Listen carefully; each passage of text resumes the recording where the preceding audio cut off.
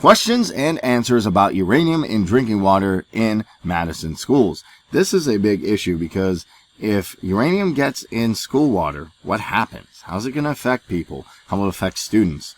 Well, recent testing of water supply from Ryerson elementary grades 1 through 4 and Brown middle school grades 5 through 6 schools in Madison found elevated concentrations of uranium, and the detected result was 110 kilograms or parts per billion, which is consistent with the uranium result from a nearby community well. Since this is the first uranium test of the water supply, there's no way to know how long the uranium has been at this level and whether it has fluctuated over time. The water supplies for other schools in Madison have also been tested, and in these cases, uranium level was not elevated. So that is good. It's not a widespread problem per se, but what issues does it cause?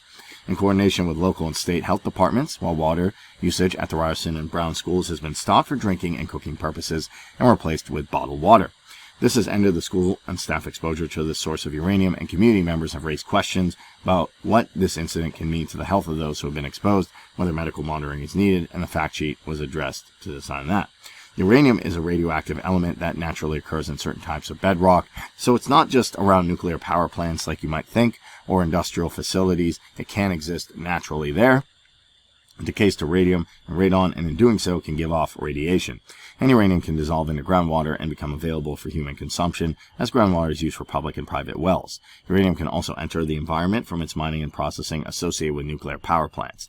And the uranium in the groundwater in Madison is from naturally occurring sources in bedrock. But how can it affect your health?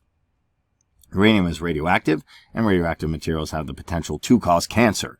However, the greater risk and health effects is the chemical toxicity of uranium to the kidney, and preventing the toxic effect also protects the low-level cancer risk associated with this element. The main source of exposure to uranium is the ingestion of contaminated water, and it does not cross the skin well and does not form a gas, so inhalation exposure is not a concern.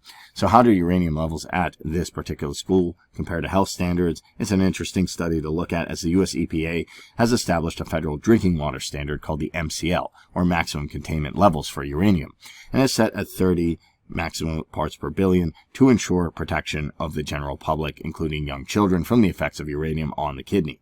As shown in the chart below, uranium causes a graded response in the kidney, with high doses causing damage, and we can see this right here. Severe kidney damage in dogs exposed for 30 days, mild kidney damage in rabbits for 91 days, and we can also see the rabbits for 91 days, how much parts per billion it caused, and level of exposure in Madison schools. So this is dangerous, and the problem is it needs to be monitored. And as we can see here, uranium effects on kidney have also been studied in people exposed on job or in their drinking water, and this involved measuring biomarkers of kidney function in urine.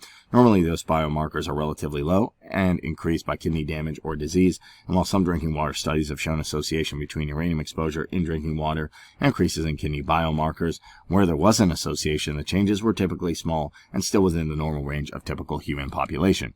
This means uranium was unlikely to have damaged the kidney, rather it altered the kidney function in a manner similar to factors that affect other markers such as body weight, exercise, blood pressure, and time of day.